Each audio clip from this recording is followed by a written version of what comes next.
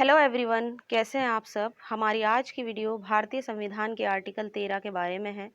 साथ ही इस वीडियो में हम आर्टिकल 13 में जो सिद्धांत मतलब कि जो डॉक्ट्रिन दिए गए हैं, जैसे आच्छादन का सिद्धांत, पृथक्करण का सिद्धांत, अधित्याग का सिद्धांत और न्यायिक पुनर्विलोकन का सिद्धांत, इन्हें केसेस के साथ डिस्कस करेंगे। एक और इम्पॉर्टेंट बात कि ये वीडियो एलएलबी स्टूडेंट्स और एलएलएम स्टूडेंट्स के लिए काफ़ी इंपॉर्टेंट होने वाला है और एलएलबी के जो फर्स्ट सेम के स्टूडेंट्स हैं उनके लिए वीडियो खास तौर पर इम्पॉर्टेंट होने वाला है। तो चलिए शुरू करते हैं। सबसे पहले बात करते हैं भारतीय संविधान के आर्टिकल 12 से 35 तक, जो संविधान के चैप्टर 3 में मूल अधिकारों मतलब फंडामेंटल राइट्स के बारे में बात करता है। हमारी पिछली वीडियो में हमने पढ़ा कि आर्टिकल 12 में राज्य की परिभाषा में किन किन केसेस में किस किस को सुप्रीम कोर्ट और हाई कोर्ट्स ने शामिल किया है और किन को शामिल नहीं किया है। आर्टिकल 12 पर हम एक सेपरेट वीडियो पहले ही बना चुके हैं, यदि आपने वो वीडियो नहीं देखी है तो ज़रूर देखें। अब आते हैं हमारे आज के टॉपिक आर्टिकल 13 पर, जिसमें ना तो मूल अधिकार दिए गए हैं और ना ही कोई परिभाषा दी गई है, बल्कि ऐसे कानूनों और नियमों के बारे में बताया गया है जो संविधान से पहले या संविधान के बाद अगर बनाए जाएं और उनका मूल अधिकारों पर क्या प्रभाव पड़ेगा। क्या वो कानून पूरी तरह से ख़त्म हो जाएगा या फिर वैसा ही बना रहेगा। तो सबसे पहले कॉन्स्टिट्यूशन में जो आर्टिकल 13 दिया गया है उसे देख लेते हैं। आर्टिकल 13 को 4 खंडों मतलब 4 क्लॉजेज में बांटा गया है। आर्टिकल 13 का खंड 1 कहता है कि भारत में संविधान बनने से पहले जो भी कानून थे वो संविधान के लागू होने के बाद संविधान के चैप्टर 3 मतलब कि मूल अधिकारों के विरुद्ध या ऐसा कोई भी कानून जो फंडामेंटल राइट्स के अगेंस्ट है, उनके विरोध में है, तो वो कानून जहाँ तक उनके विरोध में है मतलब अगेंस्ट है, वो वहाँ तक शून्य मतलब कि वॉइड होगा। सिंपल वर्ड्स में कोई भी कानून जो भारत में संविधान लागू होने से पहले बनाया गया हो या संविधान लागू होने के बाद बनाया गया हो, जितना भी हो, चाहे पूरा हो या आधा हो, यदि वो फंडामेंटल राइट्स यानी मूल अधिकारों के विरोध में है तो वो नहीं चलेगा, यानी कि वो शून्य होगा। अब आर्टिकल 13 के खंड 1 मतलब क्लॉज 1 पर एक बहुत ही इंपॉर्टेंट डॉक्ट्रिन देख लेते हैं जो मोस्टली एग्जाम में पूछा जाता है। वो है आच्छादन का सिद्धांत यानी डॉक्ट्रिन ऑफ एक्लिप्स। आर्टिकल 13 के खंड 1 में जो बात कही गई है, ये सिद्धांत उसी से निकल कर आता है कि जो कानून संविधान से पहले बनाए गए हैं क्या वे शुरू से ही शून्य मतलब वॉइड होंगे या नहीं। तो इस सिद्धांत के अकॉर्डिंग ऐसे कानून प्रारंभ से मतलब कि शुरू से शून्य नहीं होंगे, बल्कि ऐसे फंडामेंटल राइट्स के लागू होने के बाद वो नहीं रहेंगे। ऐसे कानून पूरी तरह से ख़त्म नहीं हो जाते, बल्कि केवल फंडामेंटल राइट्स के कारण कुछ समय के लिए ही ख़त्म होते हैं। कॉन्स्टिट्यूशन में पहले जिस तरह से वो वैध थे मतलब जिस तरह से वो बने रहे थे वैसे ही बने रहेंगे।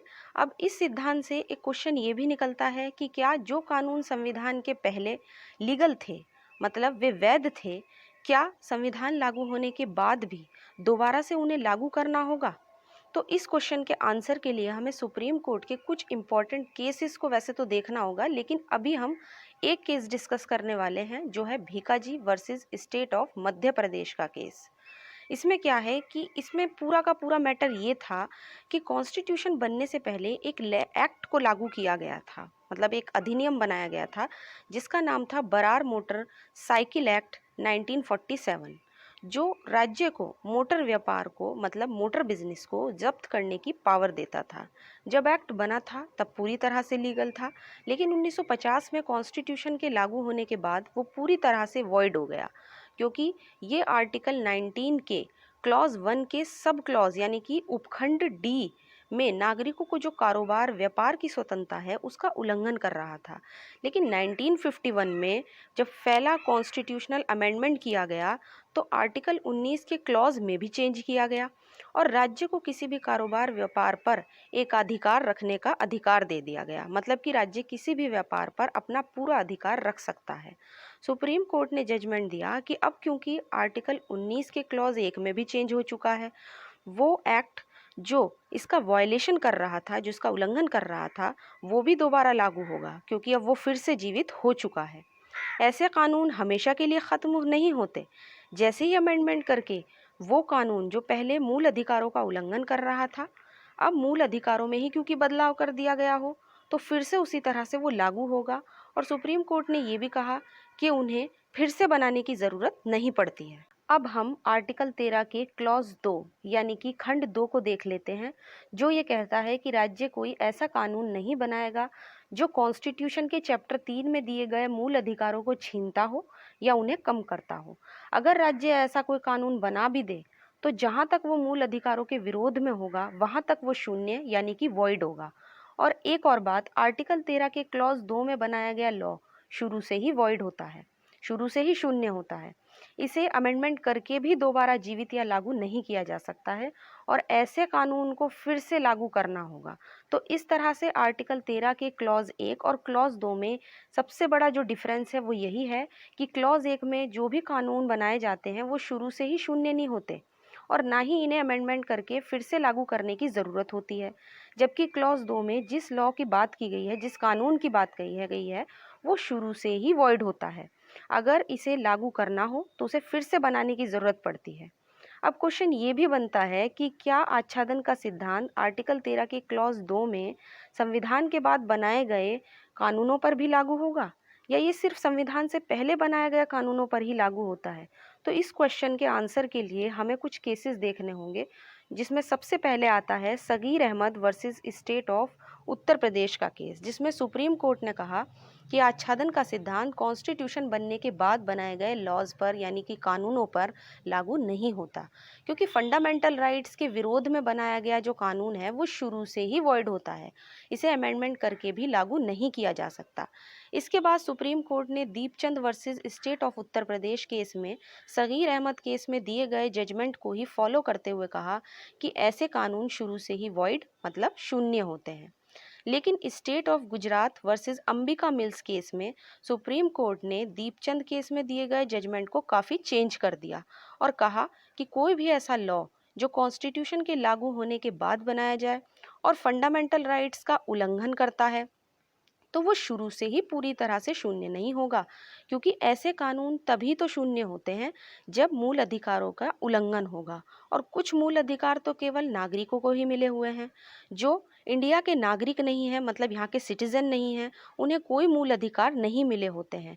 उनके लिए संविधान बनने के बाद अगर कोई भी फंडामेंटल राइट्स के अगेंस्ट भी जाकर कोई कानून बनाया जाए तो उनके उल्लंघन होने का या उनके वॉइड होने का तो कोई क्वेश्चन ही नहीं उठता। लेकिन दुलारे लोध वर्सेस थर्ड एडिशनल जज कानपुर केस में ये क्लियर कर दिया कि आच्छादन का सिद्धांत कॉन्स्टिट्यूशन लागू होने के बाद बनाए गए कानूनों पर भी लागू होगा, भले ही वो नागरिकों से संबंधित हो या ना हो। अब एक बहुत ही इम्पोर्टेंट सिद्धांत हम देखेंगे जो है पृथक्करण का सिद्धांत, जिसे पृथक्करणीयता का सिद्धांत भी कहते हैं। इस सिद्धांत को डिस्कस करने का हमारा ये भी पर्पस है क्योंकि इससे कभी कभी ये क्वेश्चन निकल आता है कि अगर किसी अधिनियम का कुछ पार्ट यानी कि कोई भाग असंवैधानिक या अनकॉन्स्टिट्यूशनल है तो क्या पूरा एक्ट ही वॉइड होगा या केवल उस पार्ट को ही असंवैधानिक ठहराया जाएगा? तो ऐसी सिचुएशन से निपटने के लिए सुप्रीम कोर्ट ने पृथक्करण के सिद्धांत को लागू किया। इस सिद्धांत के अकॉर्डिंग अगर किसी एक्ट के किसी अनकॉन्स्टिट्यूशनल पार्ट को मतलब असंवैधानिक भाग को उस एक्ट से अलग किया जा सके तो उसे अलग करने से उस पर अगर कोई प्रभाव भी ना पड़े तो उस एक्ट के केवल उसी भाग को अनकॉन्स्टिट्यूशनल घोषित किया जा सकता है। अगर किसी एक्ट अधिनियम का अनकॉन्स्टिट्यूशनल पार्ट निकालने से उस एक्ट पर प्रभाव पड़ता है, उस पर इफेक्ट पड़ता है और उसका जो मेन पर्पज़ है वो ही ख़त्म हो जाता है, तो फिर उस एक्ट को, उस पूरे के पूरे एक्ट को ही अनकॉन्स्टिट्यूशनल यानी असंवैधानिक घोषित किया जा सकता है। अब हम इस डॉक्ट्रिन से रिलेटेड कुछ केसेस देख लेते हैं। तो सबसे पहले आता है एक बहुत ही इंपॉर्टेंट केस, ए.के. गोपालन वर्सेस स्टेट ऑफ मद्रास। इस केस में सुप्रीम कोर्ट ने निवारक निरोध अधिनियम यानी प्रिवेंटिव डिटेंशन एक्ट 1950 के सेक्शन 14 को असंवैधानिक ठहराया था। साथ ही कोर्ट ने ये भी कहा कि इस सेक्शन के असंवैधानिक ठहराने से पूरे एक्ट पर कोई प्रभाव नहीं पड़ेगा, वो वैसे का वैसा ही बना रहेगा। इसके बाद आता है state of Bombay versus Balsara case, जिसमें सुप्रीम कोर्ट ने बम्बई मद्य निषेध अधिनियम यानी कि 1949 के इस एक्ट के कुछ प्रोविजंस को, कुछ उपबंधों को असंवैधानिक घोषित कर दिया और पूरा का पूरा अधिनियम वैसा ही बना रहा। इसके बाद है कि होतो होलोहान वर्सेस जाचिलू केस, जिसमें सुप्रीम कोर्ट ने दल बदल अधिनियम मतलब इस एक्ट से संविधान में जोड़ी गई 10वीं अनुसूची के पैरा 7 को असंवैधानिक घोषित कर दिया, क्योंकि पैरा 7 में दल बदल के प्रश्न पर स्पीकर का जो जजमेंट था वो ही मान्य था। वो जो भी जजमेंट देते थे वो बिल्कुल अंतिम होता था। लेकिन पैरा 7 के निकाल देने के बाद भी पूरा का पूरा जो अधिनियम है वो वैसा ही बना रहा। अब बात करते हैं Romesh Thapar versus state of Madras case, जिसमें पृथक्करण के सिद्धांत का अपवाद दिया गया है और सुप्रीम कोर्ट ने कहा कि अगर किसी एक्ट के किसी अनकॉन्स्टिट्यूशनल यानी कि असंवैधानिक भाग को निकाल देने से उस एक्ट पर प्रभाव पड़े तो उसके उस पार्ट को अलग करना भी पॉसिबल ना हो, तो उस पूरे अधिनियम को ही असंवैधानिक घोषित किया जा सकता है। अब आते हैं आर्टिकल 13 के क्लॉज 3 मतलब खंड 3 पर, जिसमें 2 डेफिनेशंस दी गई हैं। पहली परिभाषा है इसमें लॉ मतलब विधि की, और दूसरी परिभाषा है लॉ इन फोर्स मतलब प्रवर्त विधि या लागू विधि की। तो विधि की परिभाषा में क्या क्या शामिल किया गया है पहले ये देख लेते हैं। इसमें बताया गया है कि भारत में विधि का ही प्रभाव या बल रखने वाला कोई भी अध्यादेश, आदेश, उपविधि, नियम, विनियम, अधिसूचना, रूढ़ि या प्रथा आते हैं। सिंपल वर्ड्स में आर्टिकल 13 के खंड 3 में ये कहा गया है कि भारत में जो भी अध्यादेश हों, आदेश, नियम, विनियम, रूढ़ि या प्रथाएं, वे भी कानून की तरह ही अपना प्रभाव रखते हैं, वे भी विधि का ही बल रखते हैं। दूसरी परिभाषा है प्रवर्त विधि की मतलब लागू विधि की, जिसका मतलब है कि भारत में किसी भी विधानमंडल या किसी सक्षम अधिकारी के द्वारा संविधान के लागू होने से पहले जो भी कानून बनाया गया है या पारित किया गया है, अगर उसे खत्म ना किया गया हो तो वो लागू विधि कहलाएगी और संविधान के बाद भी वो चलती ही रहेगी। अब हम आते हैं आर्टिकल 13 के क्लॉज 4 मतलब खंड 4 पर, जो 24वें संविधान संशोधन अधिनियम 1971 से भारतीय संविधान के आर्टिकल 13 में जोड़ा गया है। ये खंड कहता है कि आर्टिकल 13 की कोई भी बात आर्टिकल 368 यानी 368 में संविधान के किसी संशोधन को प्रभावित नहीं करेगी। दूसरे शब्दों में पार्लियामेंट जो भी कॉन्स्टिट्यूशन में आर्टिकल 368 के अंतर्गत अमेंडमेंट करेगी उस पर आर्टिकल 13 का कोई प्रभाव नहीं होगा, चाहे कोई एक्ट कॉन्स्टिट्यूशन से पहले बनाया गया हो या कॉन्स्टिट्यूशन के लागू होने के बाद बनाया गया हो। पार्लियामेंट उसमें कोई भी अमेंडमेंट कर सकती है, उस पर आर्टिकल 13 का कोई प्रभाव नहीं पड़ेगा। अब हम अपने अगले सिद्धांत मतलब अधित्याग के सिद्धांत पर आते हैं, जिसका मतलब है कि कोई भी व्यक्ति कॉन्स्टिट्यूशन द्वारा उसे दिए गए मूल अधिकारों को अपनी मर्जी से नहीं छोड़ सकता। इसके लिए सबसे पहले हम Behram Khurshid versus state of Bombay case देखेंगे। इस केस में सुप्रीम कोर्ट ने कहा कि अधित्याग का सिद्धांत जिसे अमेरिका के कॉन्स्टिट्यूशन में तो लागू किया जाता है, लेकिन इंडिया में कॉन्स्टिट्यूशन के चैप्टर 3 में दिए गए मूल अधिकारों की व्याख्या में वो लागू नहीं होता है। साथ ही सुप्रीम कोर्ट ने ये भी कहा कि कोई भी व्यक्ति अपने कॉन्स्टिट्यूशनल राइट्स मतलब संवैधानिक अधिकारों को जो उसे संविधान के द्वारा दिए गए हैं उन्हें वो अपनी मर्जी से नहीं छोड़ सकता, क्योंकि कॉन्स्टिट्यूशन में मूल अधिकारों के किसी भी व्यक्ति के व्यक्तिगत हित के लिए नहीं बल्कि इसलिए जोड़ा गया है ताकि इससे आम जनता को भी बेनिफिट या कोई लाभ हो सके।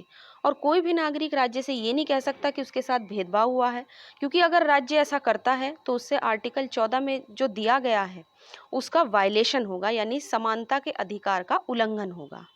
इसके बाद आता है Vishesharnath versus income tax commissioner case. इस केस में सुप्रीम कोर्ट ने इस बात पर और ज़्यादा विचार किया कि क्या कोई नागरिक अपने मूल अधिकारों को अपनी इच्छा से छोड़ सकता है या नहीं। इस मामले में केंद्रीय आयकर अधिनियम के सेक्शन 5 के खंड 1 के अंतर्गत एक व्यक्ति के विरुद्ध एक इनकम टैक्स इंक्वायरी कमीशन मतलब कि आयकर जांच आयोग को नियुक्त किया गया, क्योंकि उस व्यक्ति ने अपना आयकर इनकम टैक्स नहीं चुकाया था। बहुत बड़ी रकम उसने छिपाई हुई थी। उसने उस इनकम टैक्स को किश्तों में चुकाने के लिए 1954 में एक समझौता किया। इसके बाद 1955 में Muttiah versus income tax commissioner case में सुप्रीम कोर्ट ने उस आयकर अधिनियम का जो सेक्शन 5 था उसे ही आर्टिकल 14 के आधार पर असंवैधानिक घोषित कर दिया। तब उस व्यक्ति ने उस इनकम टैक्स को चुकाने से इनकार कर दिया। सुप्रीम कोर्ट ने कहा कि उसने चूंकि इनकम टैक्स चुकाने के लिए समझौता किया था और उसने इनकम टैक्स चुकाने से इनकार करके आर्टिकल 14 में दिए गए अपने मूल अधिकार को अपनी मर्जी से छोड़ दिया है, तो अब वो इस बात का दावा नहीं कर सकता। और सुप्रीम कोर्ट ने बिल्कुल क्लियर कर दिया कि अधित्याग का सिद्धांत, जो एक अमेरिकन सिद्धांत है, वो इंडिया में लागू नहीं होता। अब हम एक बहुत ही इम्पोर्टेंट सिद्धांत और देख लेते हैं, जो हमारा सबसे लास्ट डॉक्ट्रिन है, जो है न्यायिक पुनर्विलोकन यानी जुडिशियल रिव्यू का सिद्धांत। सबसे पहले हम इसका मीनिंग देखते हैं कि न्यायिक पुनर्विलोकन का क्या अर्थ है। तो न्यायिक पुनर्विलोकन का मतलब है कि सुप्रीम कोर्ट और हाई कोर्ट्स की वो पावर जिसके तहत वो संसद या राज्य विधानमंडल के द्वारा पारित किए गए जो कानून हैं उन्हें चेक कर सकते हैं कि कहीं वो नागरिकों के मूल अधिकारों के विरुद्ध में तो नहीं है। अगर सुप्रीम कोर्ट हाई कोर्ट्स को लगता है कि वो नागरिकों के मूल अधिकारों के विरोध में है, तो वो उस कानून को, उस लॉ को असंवैधानिक घोषित कर सकते हैं। और इस पावर का सुप्रीम कोर्ट आर्टिकल 32 में और हाई कोर्ट्स आर्टिकल 226 में यूज कर सकते हैं, जबकि ये पावर सुप्रीम कोर्ट और हाई कोर्ट्स को आर्टिकल 13 में दी गई है। यानी दूसरे शब्दों में न्यायिक पुनर्विलोकन की पावर तो है आर्टिकल 13 में, और उसका यूज दिया गया है आर्टिकल 32 और 226 में। ज़्यादातर एग्जाम्स में जो ऑब्जेक्टिव क्वेश्चंस पूछे जाते हैं उनमें ये क्वेश्चन भी पूछा जाता है कि न्यायिक पुनर्विलोकन की शक्ति कॉन्स्टिट्यूशन के किस आर्टिकल में दी गई है, तो इसका राइट आंसर है आर्टिकल 13। एक और इम्पॉर्टेंट बात वो ये है कि न्यायिक पुनर्विलोकन सरकार के जो दो अन्य मुख्य अंग हैं, यानी विधायिका और कार्यपालिका, उनकी शक्तियों के प्रयोग पर एक तरह से कंट्रोल रखता है। अब हम न्यायिक पुनर्विलोकन के सिद्धांत से रिलेटेड कुछ इंपॉर्टेंट केसेस को देख लेते हैं। तो सबसे पहले आता है एक इंग्लिश केस, जो है मार्बरी वर्सेस मेडिसन का। इस केस में अमेरिकन सुप्रीम कोर्ट के चीफ जस्टिस मार्शल ने सबसे पहले न्यायिक पुनर्विलोकन सिद्धांत को लागू किया था।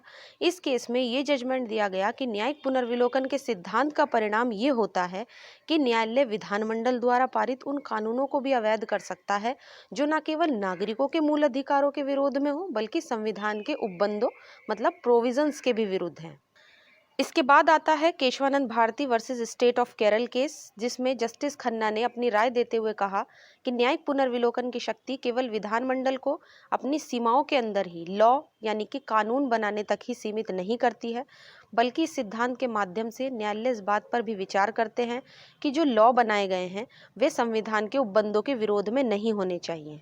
अब एक बहुत ही important case L Chandra Kumar versus union of India, जिसमें सुप्रीम कोर्ट ने जजमेंट देते हुए कहा कि न्यायिक पुनर्विलोकन की शक्ति न्यायालयों की वो शक्ति है जिसे हम आर्टिकल 368 में संशोधन करके भी समाप्त नहीं कर सकते हैं। अब आगे बढ़ते हैं और अगला केस देखते हैं, जो है ए के गोपालन versus state of Madras case. इस केस में जस्टिस कानिया ने कहा कि संविधान निर्माताओं ने तो केवल एक चेतावनी के रूप में आर्टिकल 13 में न्यायिक पुनर्विलोकन से रिलेटेड उपबंधों को शामिल किया था, बल्कि इसके साथ ही न्यायालयों और कोर्ट्स को ऐसी पावर भी मिली हुई है, क्योंकि भारत में संविधान ही सबसे बड़ा कानून है, वही सर्वोच्च विधि है। तो न्यायालयों को तो संविधान के उपबंधों को बचाने के लिए आर्टिकल 13 में न्यायिक पुनर्विलोकन को यूज करने की जरूरत नहीं है। इसके बाद आता है state of Madras versus BG Rao case, जिसमें चीफ जस्टिस पातंजलि शास्त्री ने कहा कि न्यायिक पुनर्विलोकन का सिद्धांत विशेष रूप से मूल अधिकारों के संरक्षण के लिए बनाया गया है, क्योंकि संविधान में सुप्रीम कोर्ट और हाई कोर्ट्स को मूल अधिकारों के एक सजग प्रहरी यानी कि एक गार्ड के रूप में कार्य करना होता है। इसी तरह से state of West Bengal versus West Bengal protection of democratic rights committee case में सुप्रीम कोर्ट ने कहा कि संसद और राज्य विधानमंडल कोई भी रेस्ट्रिक्शन लगाकर भी न्यायिक पुनर्विलोकन की शक्ति को कम नहीं कर सकते। अब एक बहुत ही इंपॉर्टेंट क्वेश्चन जो अक्सर एग्जाम में पूछा जाता है कि न्यायिक पुनर्विलोकन को किस केस में संविधान का आधारभूत ढांचा कहा गया है, तो इसका राइट आंसर है West Bengal versus West Bengal protection of democratic rights committee case, क्योंकि इस केस में ही कहा गया कि न्यायिक पुनर्विलोकन संविधान का आधारभूत ढांचा है। तो ये थे हमारे सभी सिद्धांत जो मोस्टली एलएलबी एग्जाम्स में पूछे जाते हैं, जिनमें आच्छादन का सिद्धांत, पृथक्करण का सिद्धांत, अधित्याग का सिद्धांत और न्यायिक पुनर्विलोकन का सिद्धांत। ये सभी सिद्धांत क्योंकि आर्टिकल 13 में दिए गए हैं, इसलिए आर्टिकल 13 एग्जाम के नज़रिए से काफ़ी इम्पोर्टेंट है। मैं आशा करती हूँ कि आज का हमारा वीडियो आपको पसंद आया होगा, जिसमें हमने आर्टिकल 13 के सभी सिद्धांतों को केसेस के साथ डिस्कस किया है। यदि आप इसी तरह की लॉ रिलेटेड वीडियोस देखना चाहते हैं तो आप हमारे चैनल को सब्सक्राइब कर सकते हैं, साथ ही आप बेल आइकन को भी प्रेस कर सकते हैं। Thanks for watching.